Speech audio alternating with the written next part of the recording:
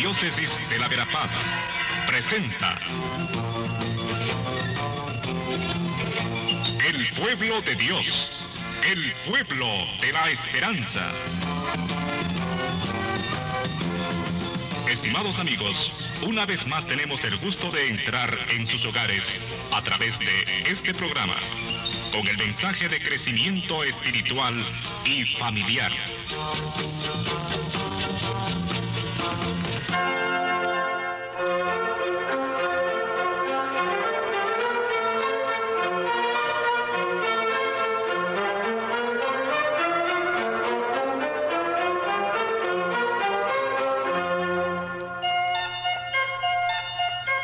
Saludos cordiales, amigos, amigas.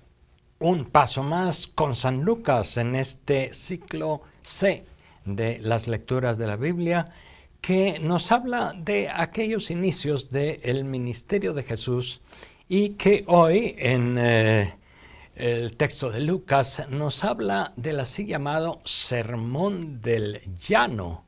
Algunos le llaman también, sobre todo haciendo referencia a San Mateo, Sermón de la Montaña. Y es uno de los textos centrales del Evangelio. Más bien me gusta a mí recordar que es el sermón de las bienaventuranzas. Las bienaventuranzas las encontramos en San Mateo, las encontramos en San Lucas con ciertas diferencias. Las bienaventuranzas que van acompañadas en San Lucas de unos ayes también, o de unas malaventuranzas. Las bienaventuranzas que son como el centro en una buena parte del proyecto de Jesús. Es un estilo de comunicarse que existe no solamente en los santos evangelios, sino que existe también en otros textos y en otras maneras de comunicación de las culturas y de las obras literarias de aquellos tiempos, en Grecia, en Mesopotamia, en Egipto, en todos los pueblos vecinos. Había modos comunes de decir algo. Y hablar de bienaventuranzas era como hablar de lo que es más apreciado en una persona según un contexto, determinado contexto religioso o cultural.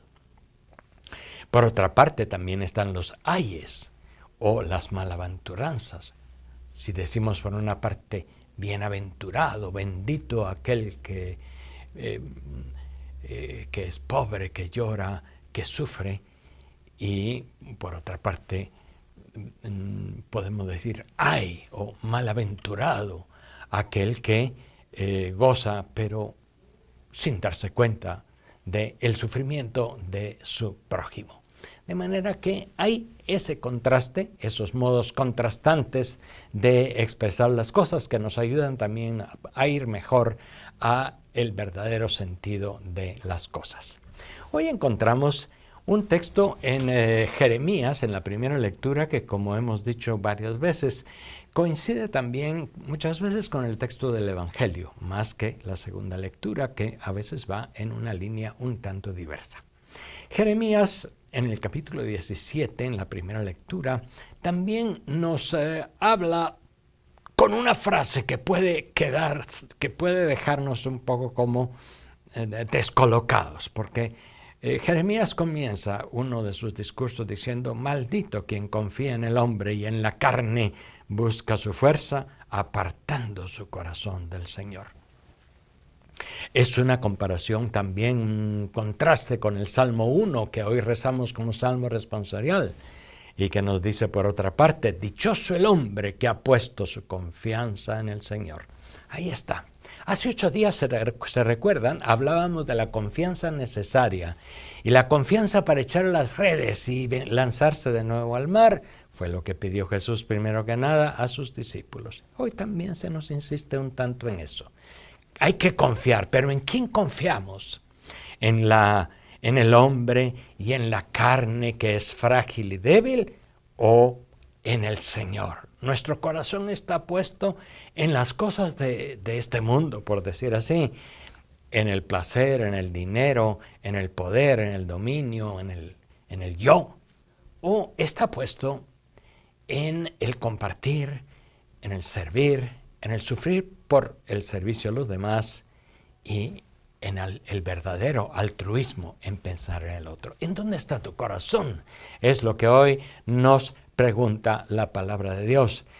Es lo que dice Jeremías con esa sacudida: maldito el hombre que confía en el hombre y en la carne busca su fuerza. Será como un cardo en la estepa, una planta que no crece y que no es hermosa, que solo tiene unas cuantas espinas en el desierto, en tierra salobre e inhóspita. Pero por otra parte dice: bendito quien confía en el Señor y pone en Él su confianza. Si en ese contexto nos dirigimos al texto del Santo Evangelio en el capítulo 6 de San Lucas, en donde están las bienaventuranzas, pues encontramos el mismo esquema. Dichosos los pobres, ay de ustedes los ricos. Primero hagamos un comentario sobre lo que significan las bienaventuranzas en San Lucas. Son un tanto distintas de las bienaventuranzas en San Mateo. También encontramos ese sermón en San Mateo, sermón de la montaña, en San Lucas, sermón del llano, porque dice, estaba en un llano. Bueno, San Mateo nos habla de 9 bienaventuranzas, mientras que San Lucas nos pone de una manera más resumida solamente 4. En ese sentido, pues podemos decir cómo va un poco más a lo práctico San Lucas, mientras que San Mateo explica más y pone más el énfasis en las actitudes del corazón para decirle a alguien bienaventurado. Sin embargo, San Lucas va más a lo directo, a lo concreto. Hay pobres y hay ricos. Hay quienes ponen su confianza en las riquezas y hay quienes ponen su confianza solo en el Señor. Las bienaventuranzas, pues, tienen por protagonistas a los pobres, y las malaventuranzas o ayes tienen por protagonistas o destinatarios a los ricos. Pobres y ricos no se trata solamente de tener, y eso nos ayuda San Mateo a explicarlo mejor, muchos bienes o pocos bienes, abundancia de riquezas o pocas riquezas o ninguna riqueza. Los pobres en el Evangelio no son, podemos decir, los miserables, aquellos que viven, como dicen hoy las estadísticas sociales, en pobreza extrema. El pobre en el Evangelio no es necesariamente el miserable, el que tiene una pobreza extrema. Porque al contrario, fíjense ustedes, decir bienaventurados los pobres, en ese sentido, tendría que ser como bendecir la pobreza y decir, así están bien las cosas, no las muevan, si son pobres por algo será, pobres ha habido toda la vida y lo seguirá habiendo, no hay que hacer nada al respecto. No se trata, cuando se habla en el Evangelio del miserable, de la pobreza extrema, sino de otro tipo de pobre.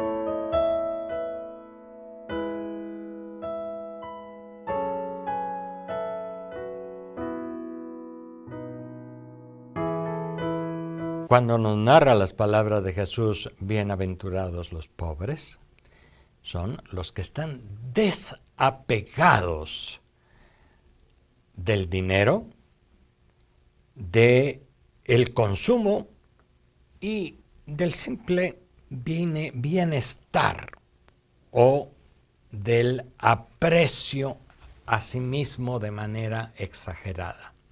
Se trata entonces en el fondo de una actitud interior en primer lugar, pero que se refleja en una actitud exterior.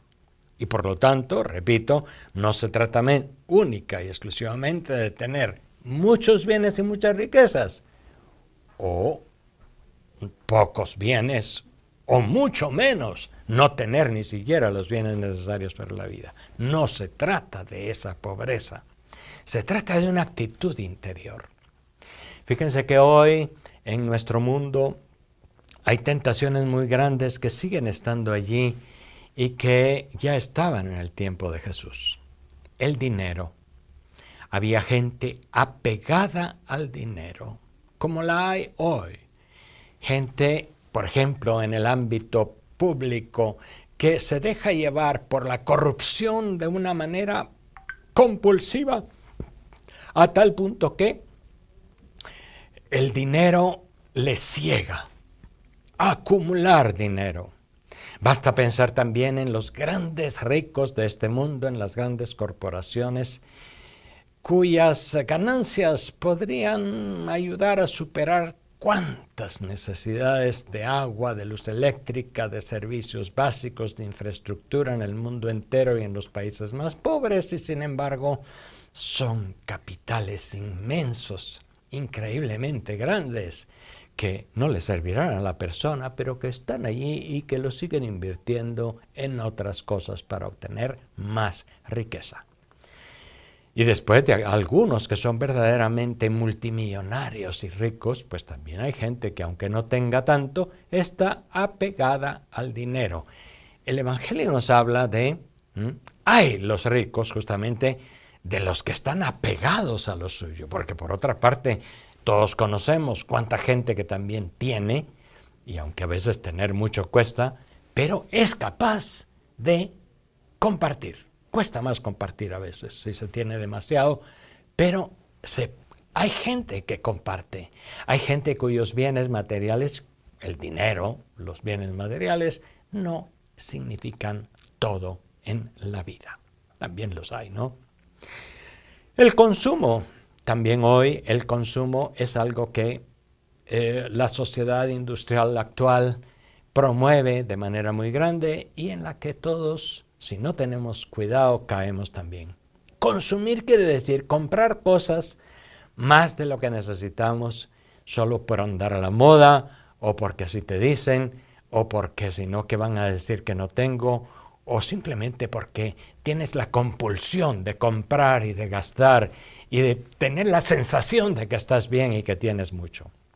El consumo también es algo que hoy está muy difundido. Tal vez en tiempos de Jesús eso no era así. Hoy es una manera de apego a las cosas. Un consumismo tremendo que ya no nos interesa el equilibrio de la naturaleza, que ya no nos interesa lo que contaminamos con todas las cosas que compramos, sino que importa únicamente tener y cifrar en eso la felicidad.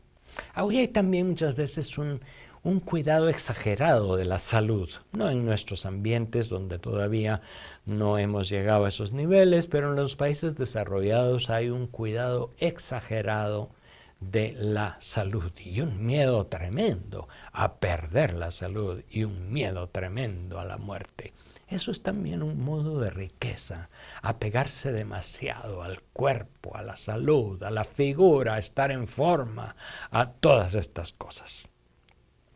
Y en el fondo es la necesidad de ser apreciado, un ego muy grande que tiene miedo al rechazo, a la crítica y a cualquier dificultad.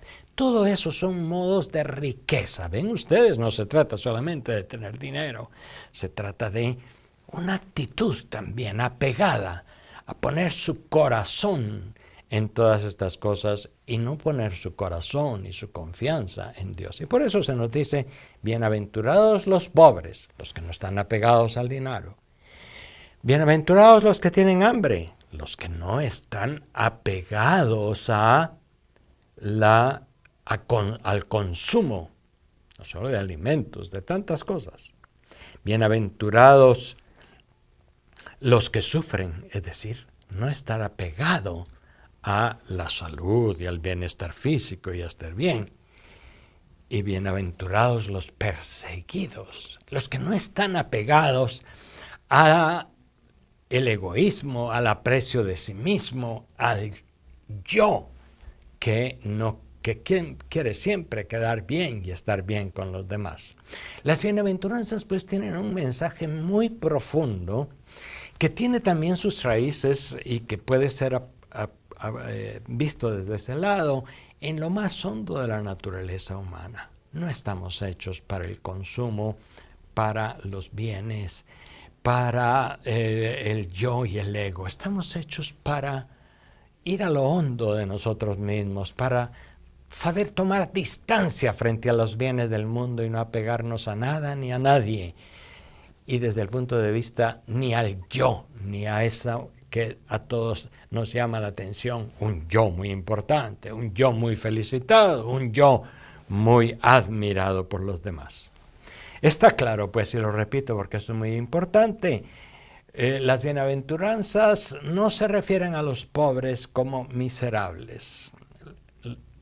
La miseria no la quiere Dios, la pobreza extrema no la quiere Dios. Y tenemos todos la responsabilidad de luchar para ir superando, para ir ayudando a los hermanos, hermanas, a tantas poblaciones que viven en pobreza extrema a salir de esa circunstancia. Pero para hacer eso también se pide que uno mismo esté desapegado.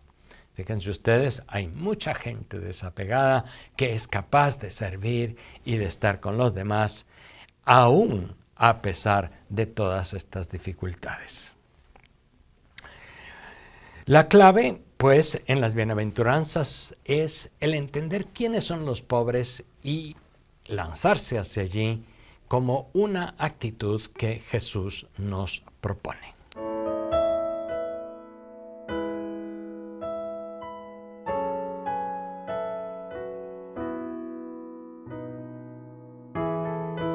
En nuestra América Latina, en 1968, hubo una reunión de los obispos, la tercera Conferencia General del Episcopado Latinoamericano, la segunda, en Medellín, en donde se hizo una opción por los pobres. Muy interesante esa postura de la Iglesia en América Latina, justamente en aquellos tiempos en los que habían quienes optaban por los pobres, pero contra los ricos, en un movimiento revolucionario y armado que creó muchas dificultades, muchos muertos en América Latina. Aunque tenía sus esperanzas de éxito, en realidad en ningún lugar las revoluciones armadas en favor de los pobres y contra los ricos en realidad funcionaron.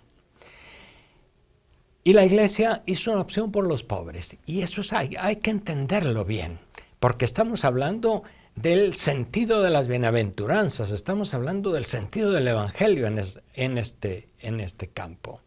Y eso es algo que siempre permanece, no es algo opcional en la Iglesia, porque Jesús hizo esa opción en primer lugar, porque estuvo cerca de la gente, tuvo sensibilidad hacia el pobre, y él mismo también se despojó de sí mismo, pasando como uno de tantos, como nos dice San Pablo, con tal de manifestarnos a nosotros y llenarnos con su verdadera riqueza.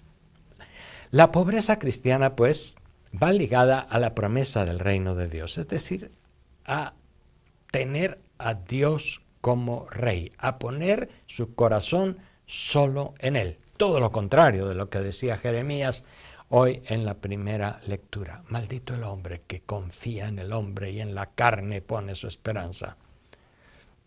Bienaventurado aquel que confía solo en Dios y es capaz de ser pobre en ese sentido, de desapegarse de las cosas que le dan seguridad con tal de tener a Dios como rey.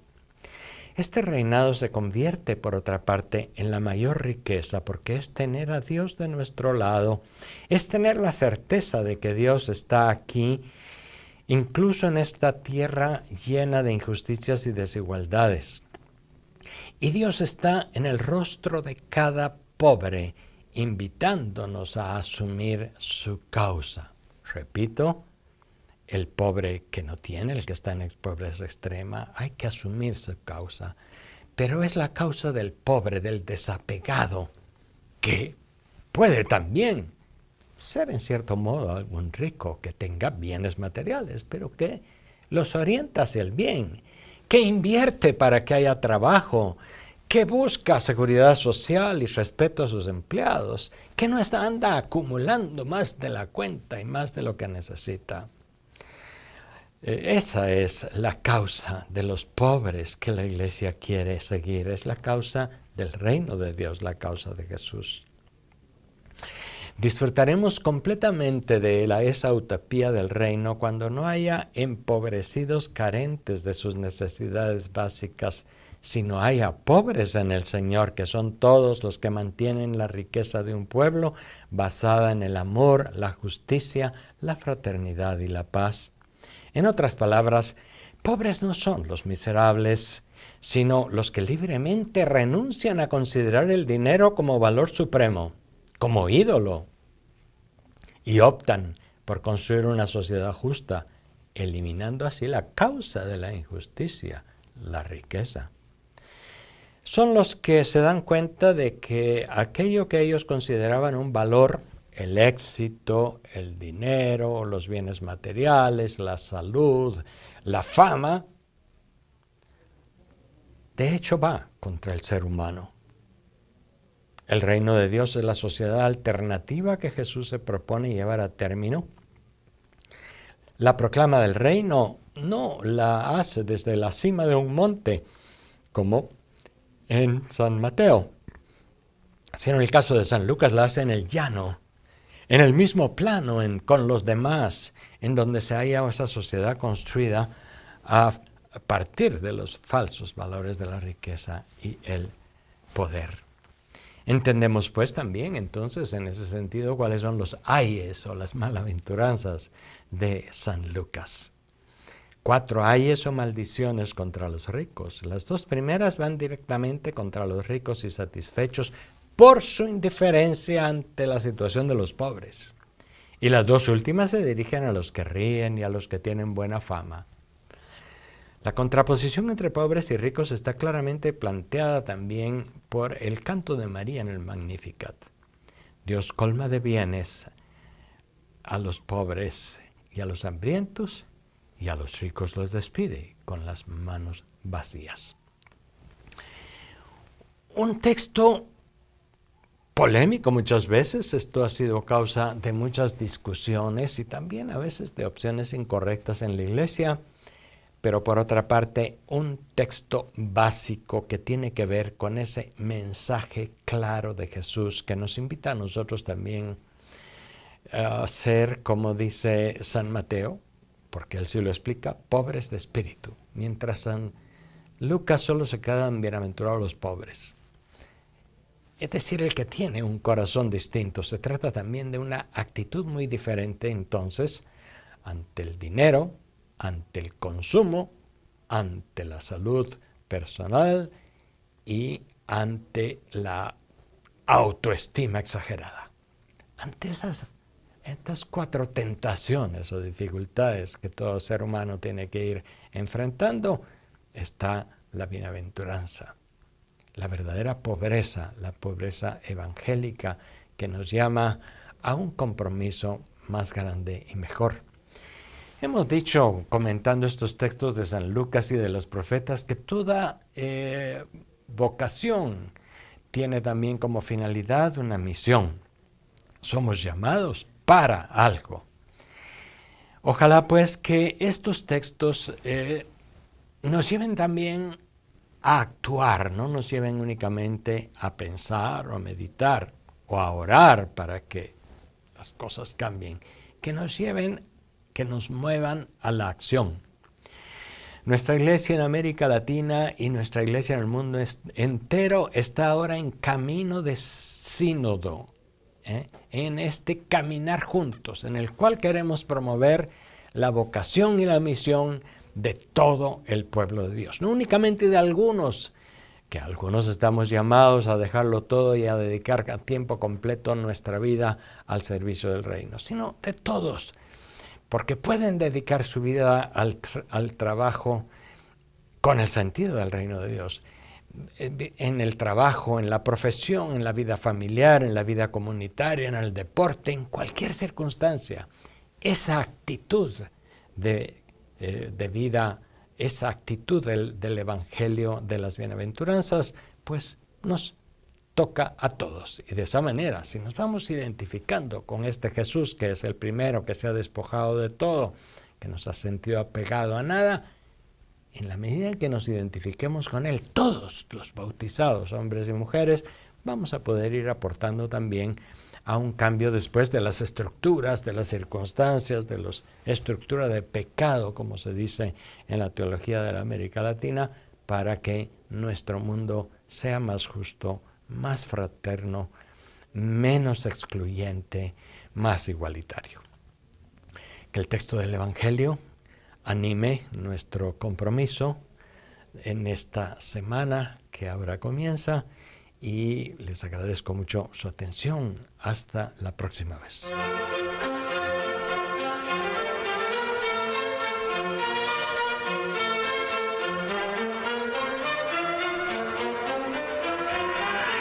La Diócesis de la Verapaz presentó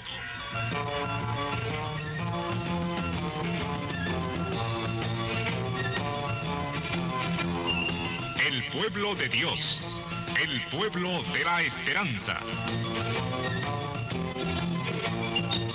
Agradecidos por su atención al mensaje de crecimiento espiritual y familiar. Hasta otra oportunidad.